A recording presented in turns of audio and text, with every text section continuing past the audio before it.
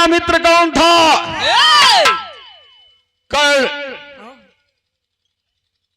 क्या दोस्त था उस कर्ण का? कर्ण अपनी बीती हुई बातों को याद करता है। हर जगह से अपमानित जब वह कर्ण हुआ, स्वयंवर में अपमानित हुआ, सूत्रपुत्र कहा गया। लड़ाई जब थन गई तो वह कर्ण कहा कि मुझे सेनापति बना दिया जाए। लेकिन दादा भीष्म ने कहा जब यह सूत हमारे रहते हुए सूतपुत्र कभी सेनापति नहीं बन सकता। अंततोगत्वा लड़ाई के दरमियान बाणों से छलनी कर दिए गए दादा भीष्म। बाणों की सैया पर लेट गए। 11 दिन का महाभारत बीत चुका था और सेनापति वह गुरु द्रुपद का ललन जब आया तो हुआ क्या?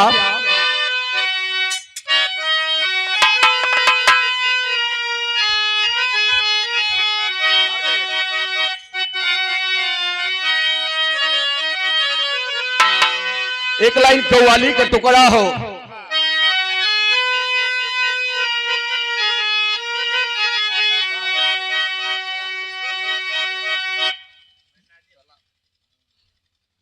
किसी आशिक ने कहा है क्या? किसी मासूदा ने अपने आशिक से कहा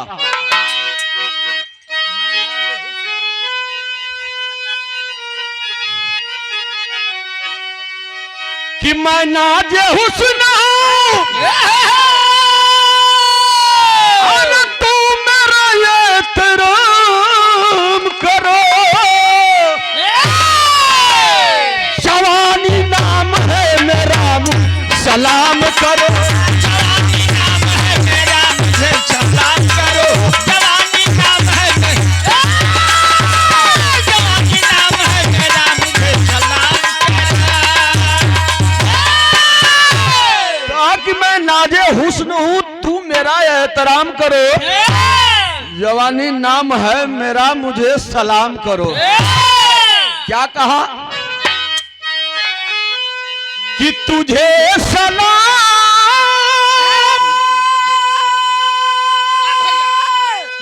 तुझे सलाम मेरा, मगर एक काम करो। अरे तू अपनी मस्त जवानी हमारे नाम करो। तू अपनी मस्त जवानी हमारे नाम करो।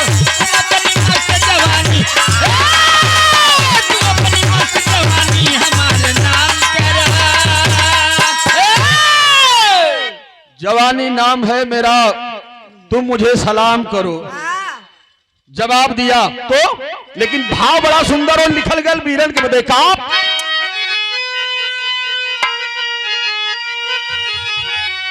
कि जवानी तो जवानी है वही, और जिंदा समर में काम जो आए। लड़ो तू फर्ज पर चढ़कर यही पैगाम जो लाए। लड़ो तू फर्ज पर चढ़कर यही,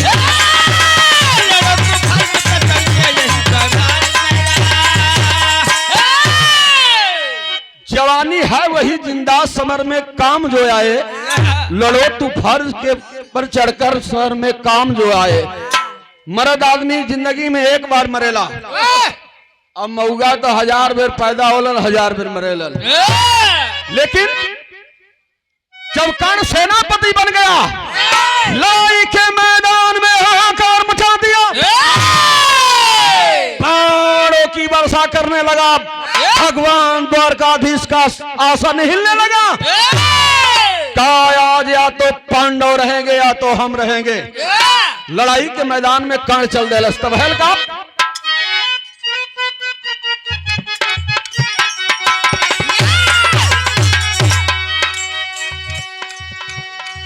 तो कर्ण के मुंह से वीरों का छक्का छूट ही गया।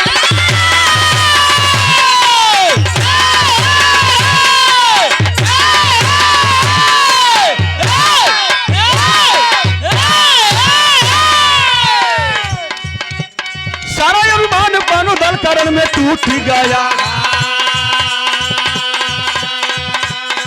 कुशादेव धर्मराज को वह छोड़ दिया। घमंड भीम का एक बाण मार तोड़ दिया। डूबते सूर्य को है आंसू भर निहारा है, जीवन का सत्यवान आज यही पुकारा है। बंद हो गई लड़ाई, क्या दूसरी कभी प्रतिरोधी आई है।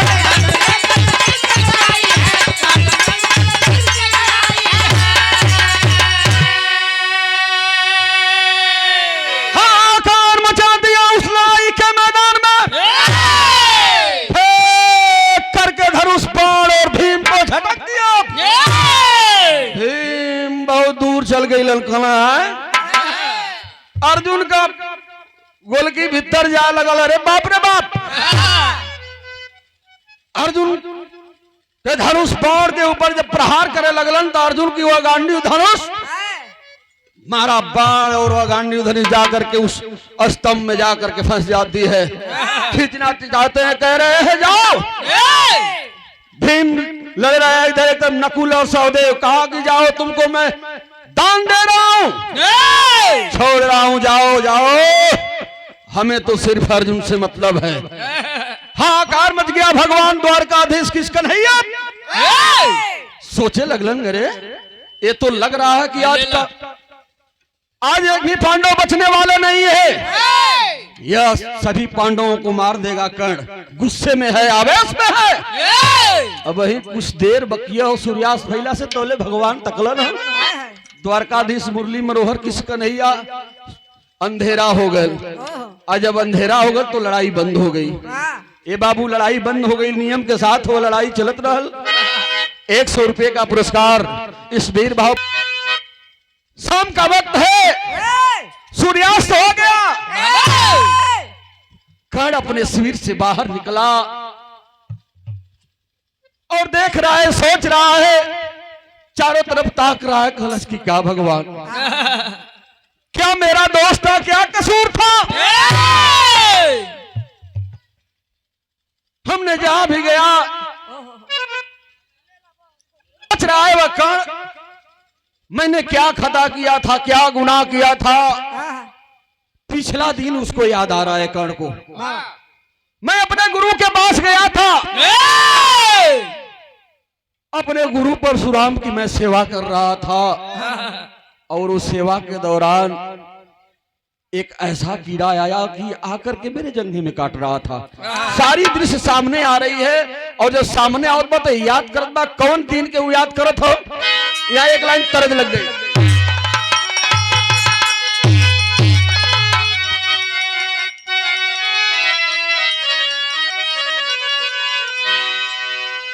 देखा ये पहले के धुन और आज के धुन में कितना अंतर हो गई। कि अरे छोटा की गोतिया मरला, आई तानवा के बतिया पतिया रोई रोईला, पतिया रोई रोईला, लिखवावे रजमतिया पतिया रोई रोईला।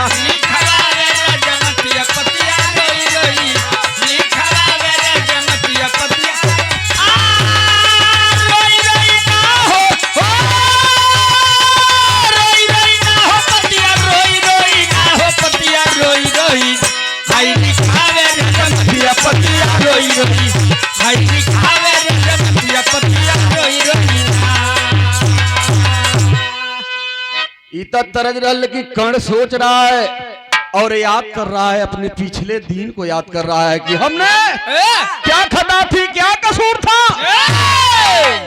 हमें हर जगह लज्जित किया गया। मैं लड़ाई के मैदान में लड़ाई करना चाहता तो दादा ने रोक दिया। सूत पुत्र लड़ाई नहीं कर सकता, क्या कसूर था उसमें। देखे बड़ी मारके के बाद सोचत बा कर्ण का कि जिंदगी में भइले हमारे भैया, जिंदगी में भइले हमारे, अरे सुखवा सपनवा कारण झर झर से नया कारण तानी सोचे।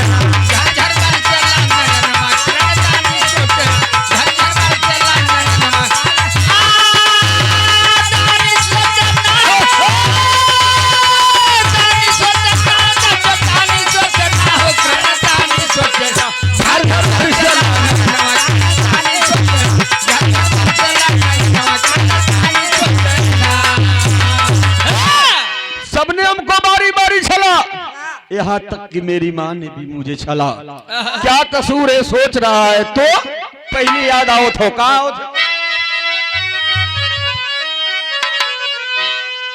कि सेवा के बदले दिहले अरे गुरु जी श्राप हो, रथ से दबाइल बछरू भाइल भारी पाप।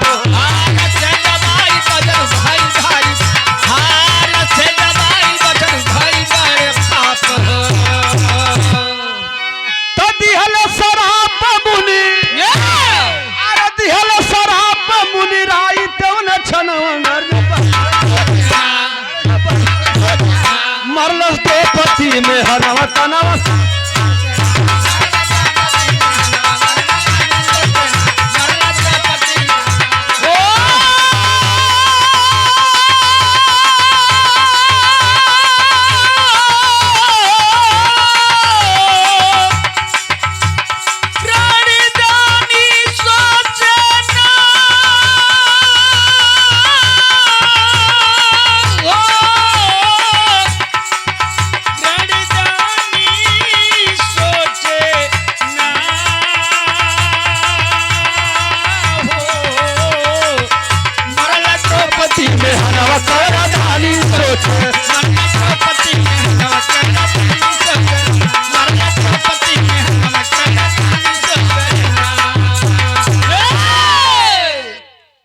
और 111 रुपए का पुरस्कार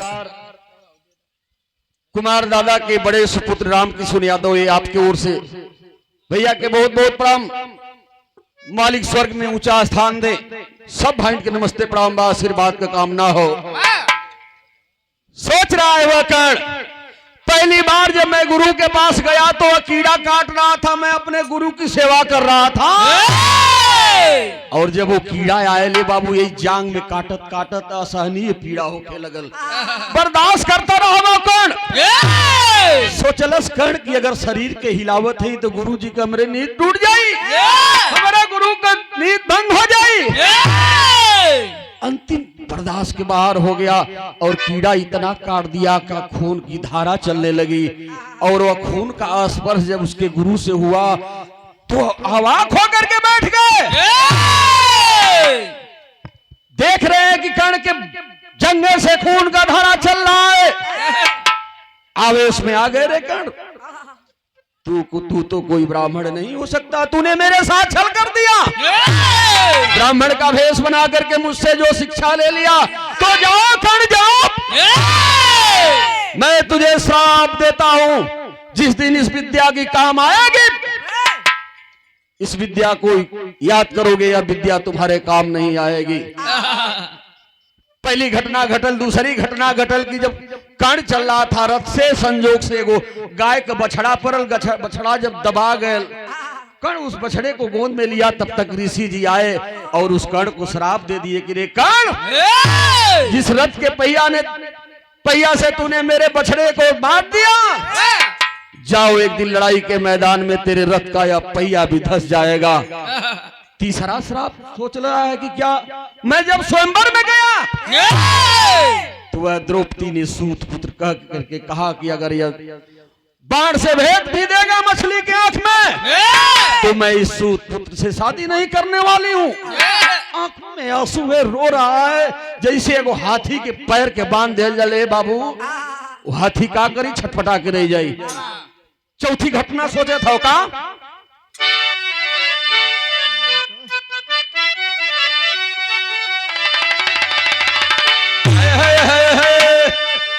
तरज हुए बा कि हमारे पैज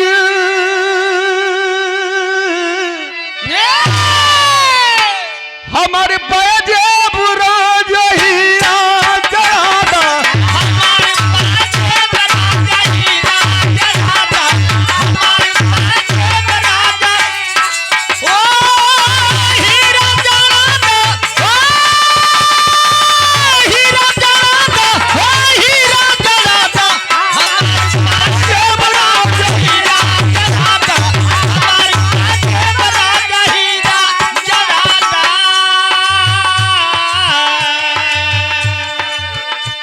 सोच रहा है रात्रि की बेला है, अपने शिविर में घूम रहा है, नींद नहीं आ रही है, क्या कसूर था मेरा, कवन दृश्य याद आई।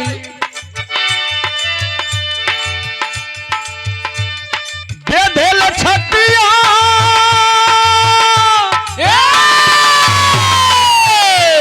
बेधेल छतिया भी समझादा के बतिया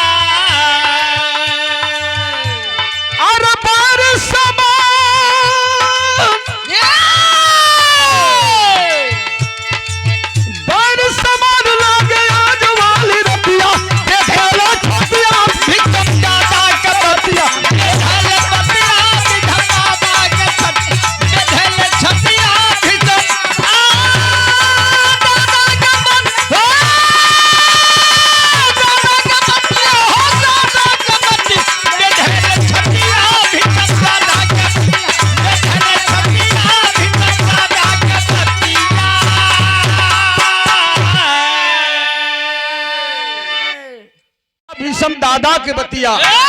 दादा तू तो सब करला तो हो अन्याय कैला, सूत पुत्र जब तक रहेगा मैं लड़ाई के मैदान में नहीं जाऊंगा। तो क्या कसूर था मेरा, सोच रहा है कर्ण। तारे लड़े न दिहल दीन धनु धरिया, सूत पूत खा के भागाया पलक करिया।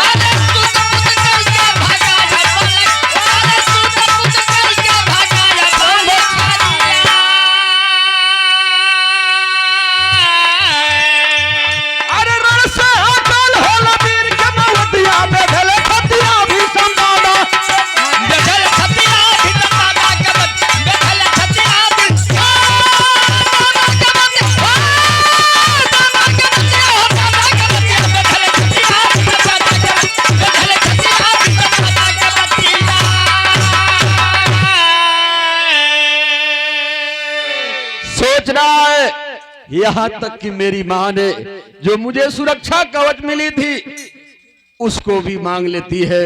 मैं तो चारों तरफ से चला गया, घूमते घूमते बाबू पूरी रात वह कर्ण सोया नहीं, उसी शिविर में घूम रहा है और सोच रहा है।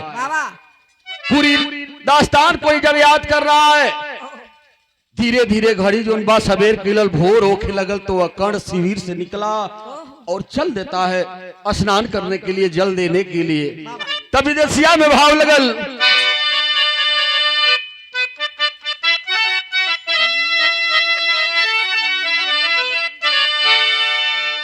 ए बाबू अली ब्रह्म बेला तब कि अली ब्रह्म बेला कर्ण पूजा तब करन चलले।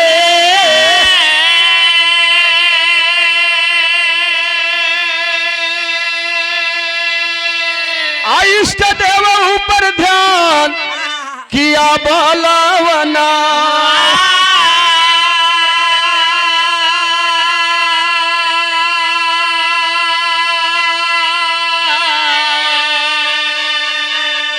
लालिमा देखाइल मुस काइल कर्ण बिरावा हो।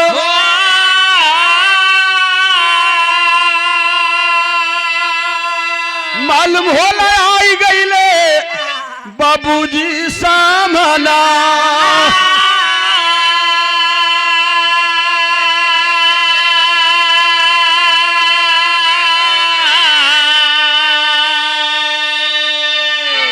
सूर्य निकल रहे हैं, सुबह की बेला हो गई है। तब तक उस कर्ण के कानों में एक आवाज आती है, रे बेटा। चौंक जाता है, कौन बोल रहा है, कौन आवाज? ये कलन का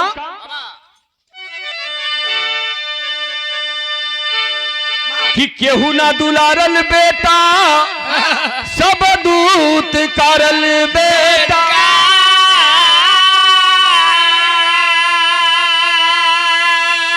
अब भी न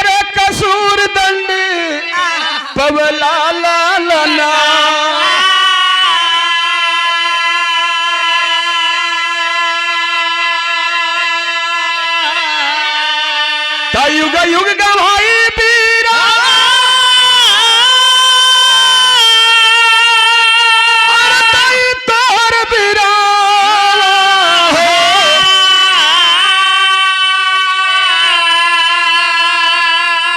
अरे दानी सो भी बनी रला खड़ा बालवनवा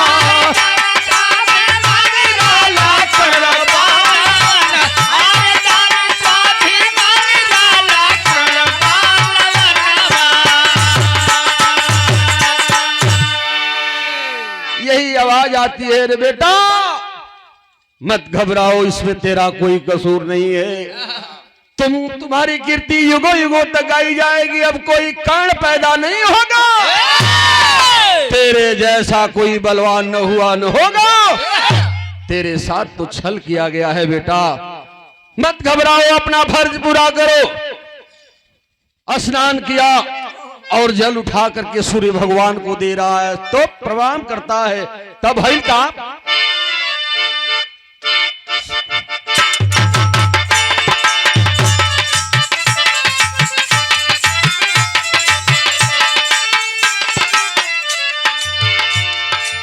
चल दिया लड़ाई के मैदान में सोच लिया कि या तो 5 पांडवों में या तो अर्जुन रहेगा या तो मैं रहूंगा लड़ाई के मैदान में चलता है तो हुआ क्या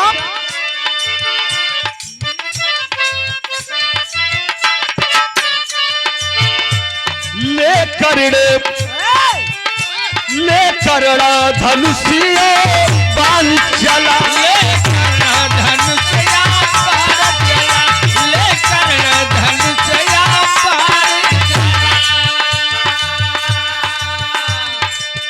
पांडव दल में मचा तहलका और जैसा भी कट तूफान चला रे ले कर धनुषिया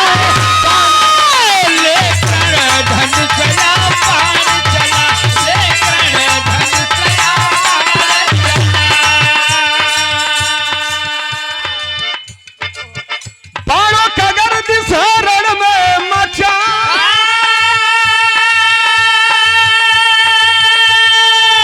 लोहू से धरती का आंचल सजा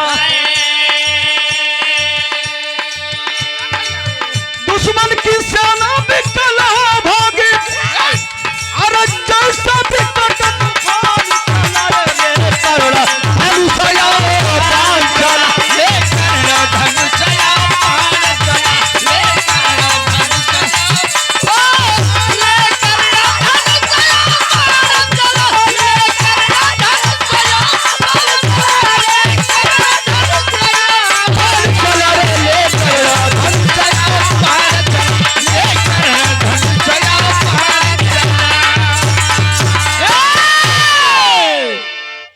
लेकर धनुष से और बाण चला पांडव दल में मचा तहलका जैसे विकट तूफान चला अर्जुन की गांड फंस जाती है बाण चला करके और जब कर्ण लाचार कर दिया अर्जुन छटपटाए लगलन करूं तो क्या करूं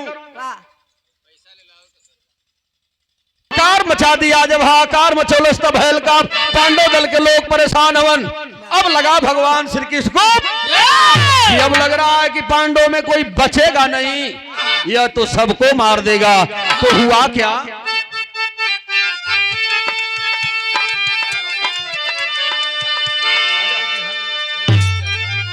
तेरी का भाव लगल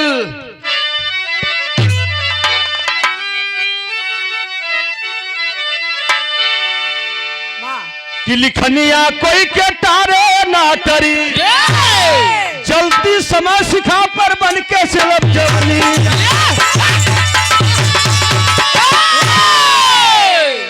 लिखनिया कोई के तारे ना टरी जो होने वाला है वो तो होकर रहेगा लेकिन कैलाश का है भैया तब तक वही श्राप लगता है वह कर्ण को तो क्या क्या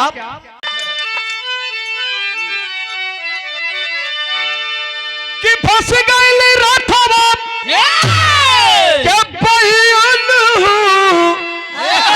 होटल तक दी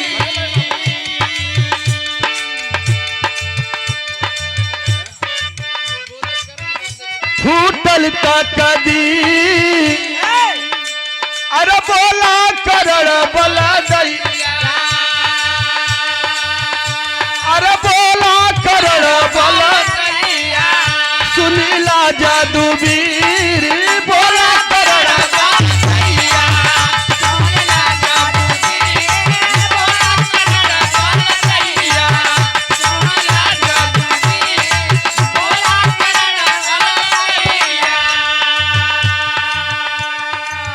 बाण मंगाने को कर कर्ण ने उठाया है व्यर्थ में शक्ति हुई चिंता मन में लाया है गुरु का श्राप या मुनि की बात याद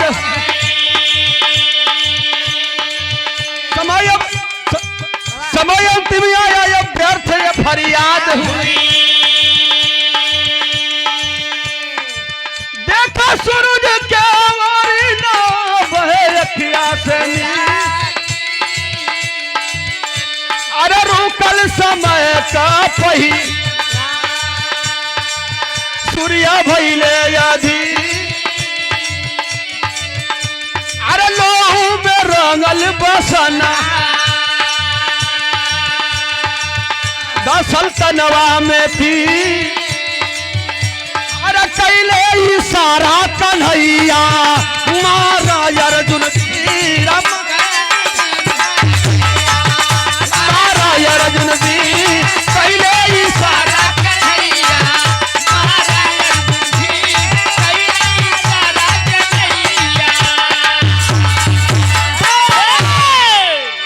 रथ का पहिया धस गया कर्ण रथ से नीचे उतरता है सोचा कि रथ को जरा धक्का निकाल लगा करके बाहर कर दूं कीचड़ में फंस जाता है वह श्राप लगता है मुनि का जो गाय का बछड़ा दबा था श्राप मिला था कि तेरी रथ की पहिया धस जाएगी रथ की पहिया निकालना चाहता है अब सोच रहा है कि रथ का चक्का निकाल करके लड़ाई करूं भगवान द्वारकाधीश का इशारा हो गया अरे अर्जुन अब किस बात की देर कर रहे हो उठाओ और बाण चलो सहम गया अर्जुन वो सहम जाते हैं सोच रहे हैं कैसे नियत्थे पर बाण में चलाऊं भगवान द्वारकाधीश का इशारा होता है अब देर मत करो वरना पूरे पांडव मार दिए जाएंगे तब अर्जुन बाणों की छलनी करने लगे और बाणों से शरीर पूरा छलनी हो गई लोग धराशायी हो गया गिर पड़ता है जब गिरल बा वो कर्ण तो घायल का हाहाकार मच गया चारों तरफ की कर्ण मार दिया गया लेकिन कर्ण मरने वाला कहां था कर्ण को इच्छा मृत्यु थी तो हुआ क्या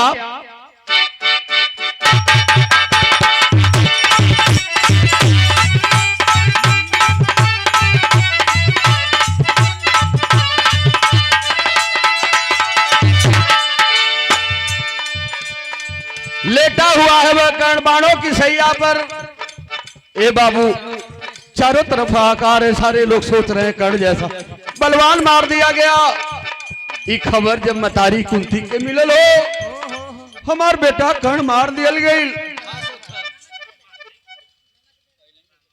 माँ कुंती सुनती है कि हमार बेटवा कर्ण अब दुनिया के छोड़ के जाए वाला बा हमने तो बहुत अनर्थ कर दिया अपने कर्ण बेटे के साथ जो ना बेटवा के हम पैदा कैली वही कर्ण के ले जाके फेंक देली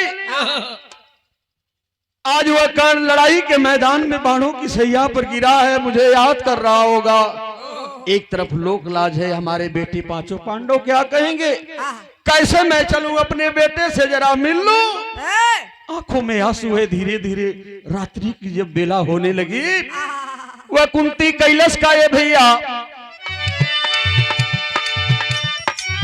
सुनली कुंती करण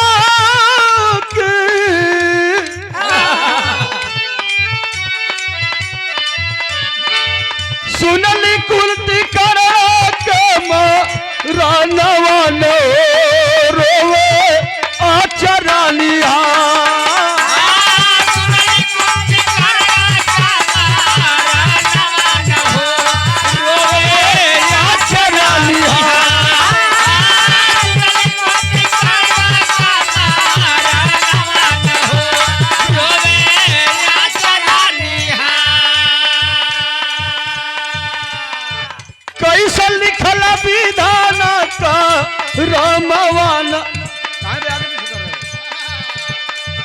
कैसा लिखल विधाना का रामवान हो रोवे आचरा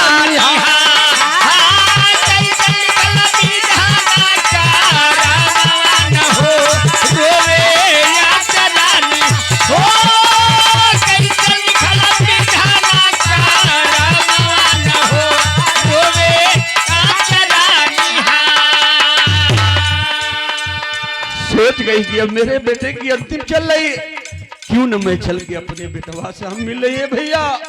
कैली ने कहा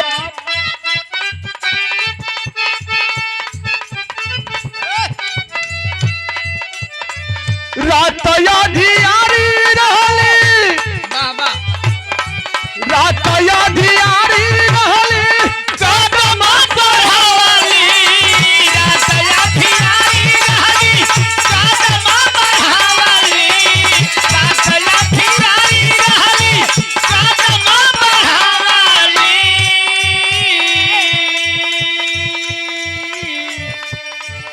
तो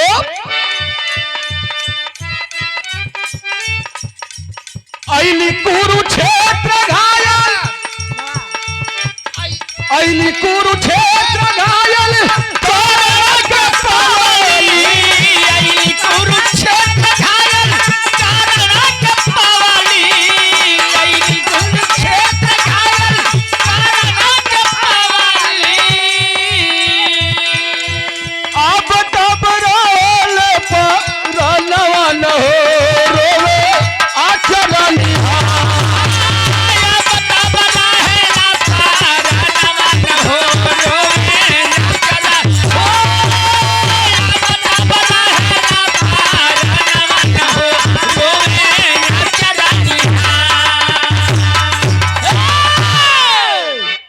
दबा करके वह माँ अपने आप को कुंती नहीं रोक पाई और अर्धरात्रि की बेला में पहुंचती है उस लड़ाई के मैदान जहां कर्ण घायल गिरा हुआ करा रहा था, याद कर रहा था माँ एक बार मुझसे मिल लो, को दर्शन दे दो।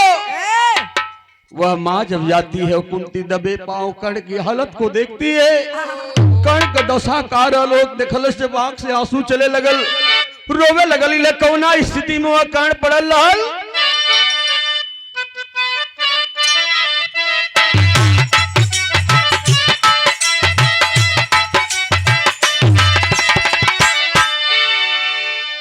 देखली है कुंती जबकि करड़े के मुहावा करड़े के मुहा छतिया में दसल रहे धीर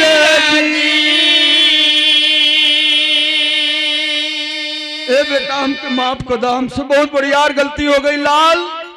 आंखों में आंसू है, वह माँ कह रही है क्या फाटे कर जवान फाटे कर जवान देखली करड़े के मुहावा रे करड़े बरसे नयन वस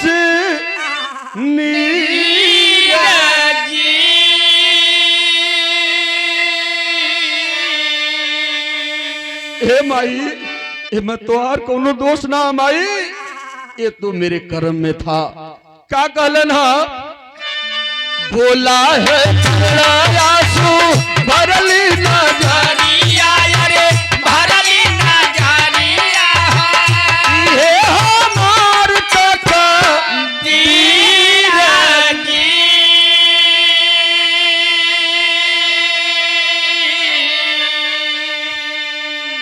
माँ एक ही तो ख्वाहिश थी, वो भी तूने पूरा कर दिया। काम ताकत डोहरिया रहल तोहरी सामारी आयल तोहरी सामारी यही गोदिया में छूटत शरीर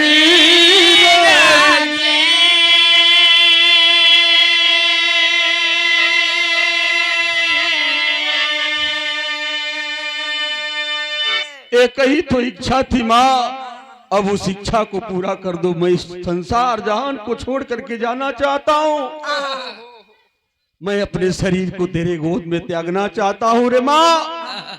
मुझे एक बार बेटा करके बुला दे, कौन ऐसा माई हुई हो कि जो अपने बेटवा का बात सुन के करेजा फाट न जा। केवल आंखों से आंसू चल रहा है, रो रही है। हमने तो बहुत बड़ा अनर्थ कर दिया। कर्ण कहा कि मां नहीं, ऐसा मत सोचना, तूने कहा था 5 पांडव जिंदा रहेंगे। मैं कहा था कि 5 पांडव जिंदा रहेंगे, एक ही मरेगा, या तो अर्जुन या तो कर्ण। और आज तेरे 5 के 5 लाल जिंदा है रे माँ। इस बात को 5 भाइयों से मत बताना, वरना माफ नहीं करेंगे। तो भाई का पापड़ का भाव लगल मास्टर।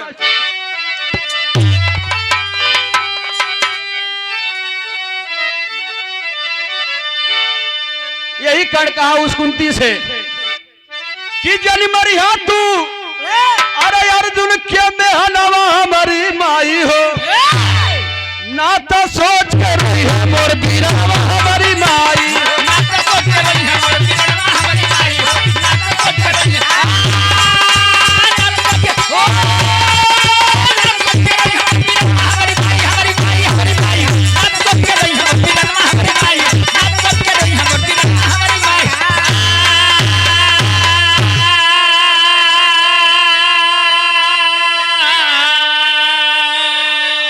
बधे फर्द की डोरी अर्जुन लड़ा समर में नवा हो। वीर दोस्ती के ऊपर हाई अर्पित कैलस तनवा हो। अपनी हाथ दे दिया कफनवा हमारी माई हो। आय अंतिम बाटे तारा से मरनवा हमारी माई।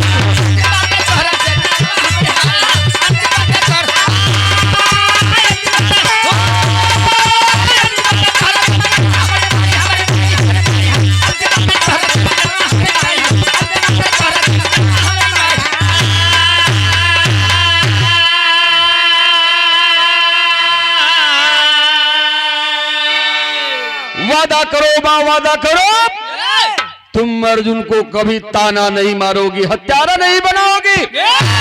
इसलिए कि अर्जुन ने धर्म की लड़ाई किया है और मैं अपने दोस्त के लिए दोस्ती के ऊपर अपने प्राण को न्यौछावर कर दिया। इसलिए कि मेरा रोम रोम कर्जदार था उस दुर्योधन का, इसलिए मैंने दुर्योधन के साथ लड़ा। पांडव अपने धर्म के लिए लड़े, मैं अपने दोस्ती के लिए लड़ा। कभी इस बात की ताना मत मारना, वरना अनर्थ हो जाएगा रे माँ। लेकिन ये खबर के मिलल, आला में भाव लगल।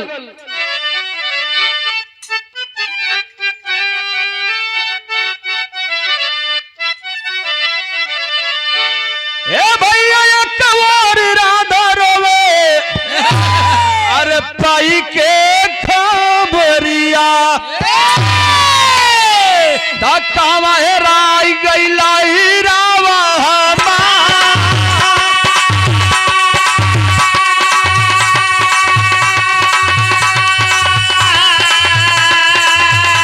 भैया धन से दुर्योधन बैठी अपने भवना।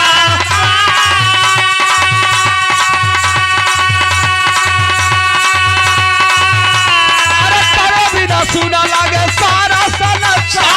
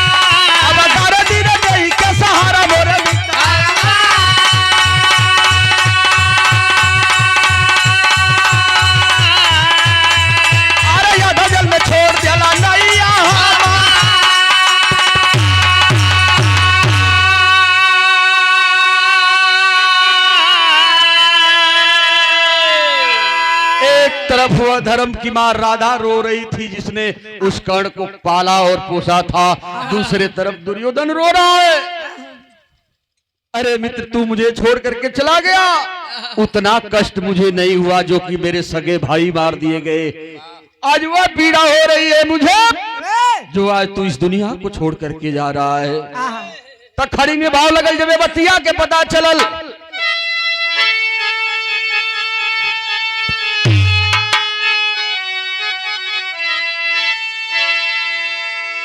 पांचों पांडव चल जब पिंडा दान करे बदे, उस समय वह कुंती कहती है कि बेटा एक पिंडा और दान कर दो। किसके लिए? तब वह जब भेद को खोलती है तो पांचों पांडव गुस्से में आ गए, खड़े हो जाते हैं युधिष्ठिर और डांट करके अपने माता कुंती से वो बात कहलन। का कहलन? खड़ी का भाव।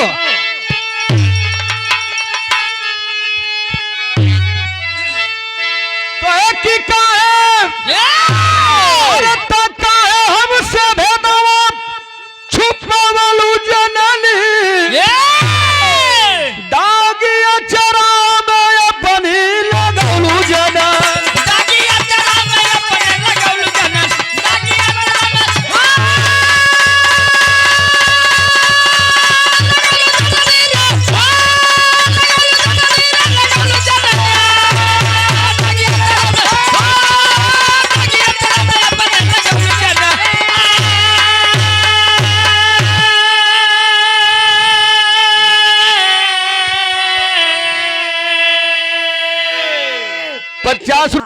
तब वह पांचों पांडव डांटे लगलन कि माई तू बहुत बड़ा अनर्थ करा देलू। आज एक भाई से एक भाई की तूने तो हत्या करवा दिया। यह बात अगर पहले बता दी होती तो हम बाण नहीं चलाते कण के ऊपर। तब वह मां कुंती कहती है वो बात कि अरे बेटा एक बात काल खोल करके सुन लो। क्या? ये तो जब कहली तब पांडवन के छाती में बाण लगल। का कहली? कि रोई करके कहली कुंती कर्ण वाली बतिया, रोवे पांचों पांडव छतिया।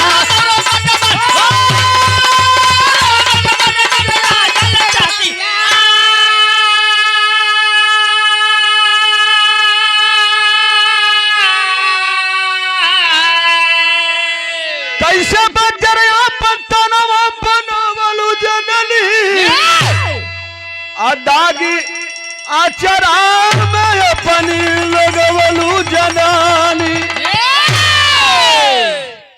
तब वह कुंती कहती है रे बेटा मैं तो वचनबद्ध थी, कर्ण से करने कहा था इस बात को मत बताना मां पांडवों से, वरना अनर्थ हो जाएगा। लेकिन मैं अपने आप को रोक नहीं पाई। गुस्से में धर्मराज अपने आप को नहीं रोक पाए और धर्मराज गुस्सा में आके अपने माई कुंती के वो श्राप दे दिलन। कल रे मां तुझसे भूल हुई है, गलतियां तो तुझसे हुई है, तो एक बात मैं श्राप जरूर देता हूं और तुझे नहीं पूरी नारी जात को मैं श्राप देता हूं। कौन श्राप? दुर्योधन देले रहलन। सॉरी युधिष्ठिर वो श्राप देता। का देले रहलन? कि नारी ना छिपाए पई है कब हो राज हो, आयादत से अपनी ना आई है कब बाज।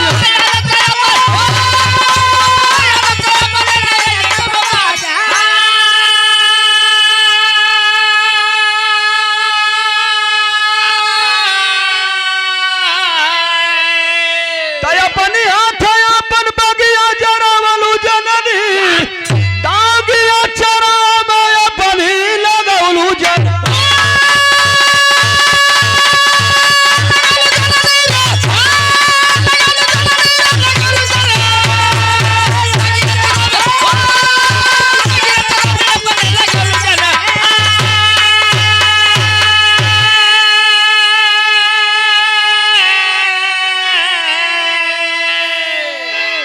ये गलन की जाओ।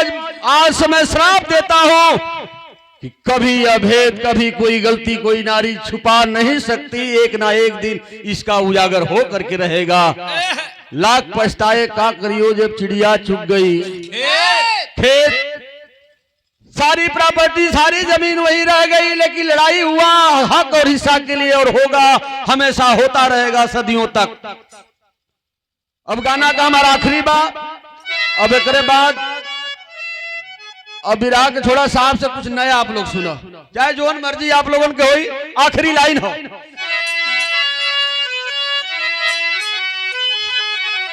कुसुम पराग देऊ जद्दू गुर भोला की फुलवा,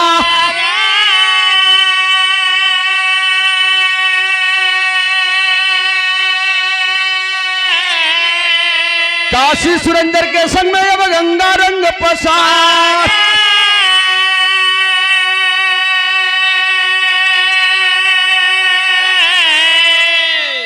लिखनिया कोई के तारे ना टरी, राम समूह राम निवास में कायम अमर कहानिया।